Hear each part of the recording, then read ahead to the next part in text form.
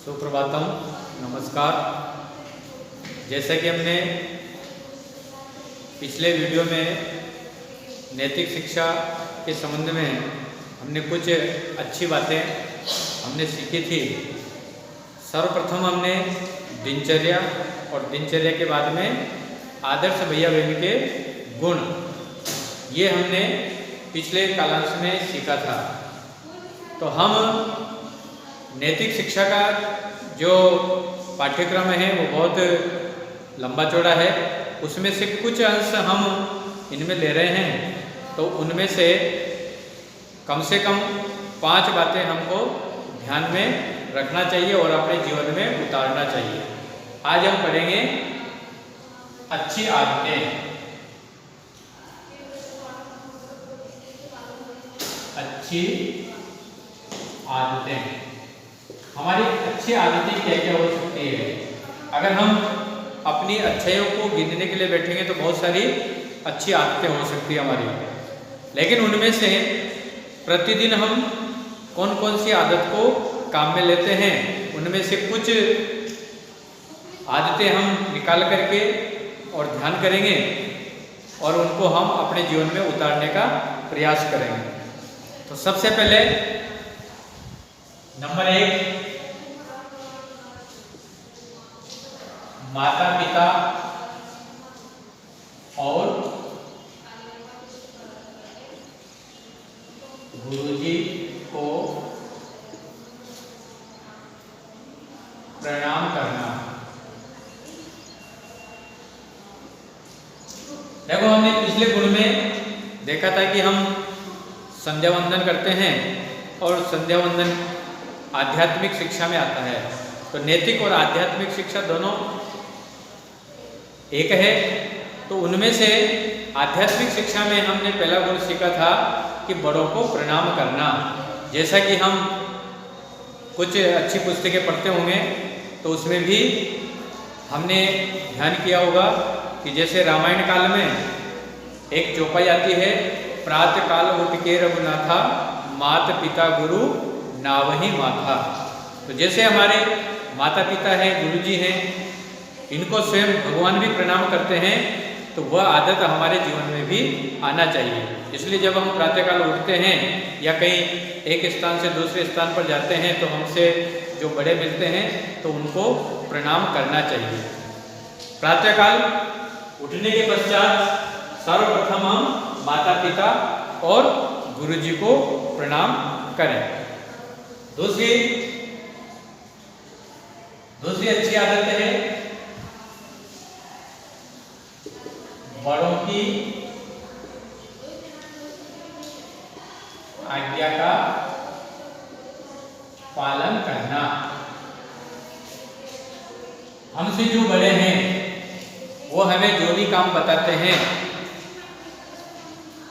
उस काम को तुरंत करना, यानी कि आज्ञा का पालन करना। जो भी हमसे बड़े हैं उनकी आज्ञाओं का पालन करना। तीसरा गुण है सत्य बोलना, यानी कि हमारे स्वभाव को सत्य बोलने का बनाना चाहिए। अब हम सत्य बोलना, क्योंकि हम दिन में 50 बार झूठ बोलते होंगे, लेकिन उसको हम सुधार सकते हैं। हम अपनी आदत को सत्य बोलने में परिवर्तन कर सकते हैं। तो हम प्रयास करेंगे, अभ्यास करेंगे तो हमारे मुंह से सत्य ही निकले, झूठ ना निकले। इस प्रकार का अभ्यास हम अगर प्रतिदिन करते हैं तो हमारा स्वभाव सत्य बोलने का बन जाएगा। इसके बाद आता है नियमित स्वाध्याय करना। देखो, हमारी जो दिनचर्या है उस दिनचर्या में हमने प्रातःकाल या दिन में या सायंकाल पढ़ने का समय निर्धारित कर रखा होगा। तो उसमें हम ऐसा नहीं कि आज छुट्टी है आज नहीं पढ़ेंगे, या आज बरसात ज़्यादा होगी, आज मौसम थोड़ा सा घूमने फिरने का है, तो हमने अपनी आदत का ये अंग छोड़ दिया और दिन भर हम खेलने कूदने में रह गए। इसलिए हम खेले कूदे भी सही, लेकिन जो हमारी जो आदत है नियमित स्वाध्याय करने की, नियमित पढ़ाई करने की, तो हम नियमित पढ़ाई करें। इसके बाद में 5वां गुण आता है, जो हम भोजन करते हैं उस समय भोजन मंत्र बोलकर भोजन करें।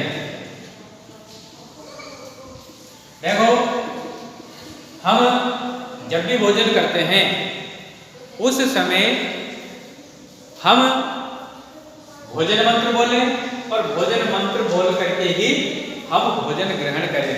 देखो, भोजन में और प्रसाद में कुछ अलग प्रकार का स्वाद होता है। जैसा कि हम भोजन करते हैं उसमें शायद हो सकता है कम स्वाद रहता होगा, लेकिन जब हम प्रसाद ग्रहण करते हैं तो उस प्रसाद का आनंद अलग होता है। तो जैसे ही हमारे सामने भोजन आता है और उस भोजन को हम भोजन मंत्र बोल करके उसको प्रसाद के रूप में ग्रहण करें तो वह ज़्यादा लाभदायक होगा। उसमें जो अवगुण है वह भी सगुण में बदल जाते हैं। इसलिए जब भी हम भोजन करें उस समय हम भोजन मंत्र बोल करके भोजन करें तो ज़्यादा ठीक रहेगा। तो आज केवल हम ये 5 आदतें अपने जीवन में उतारेंगे और इनको नियमित रूप से पालन करेंगे। और इसी के साथ साथ अगर हम 2-2, 5-5 बातें अगर लक्ष्य के साथ में लेते हैं तो वह हमारे जीवन में सार्थक होगी और सफल भी होगी और आदत भी हमारी अच्छी बनेगी। धन्यवाद।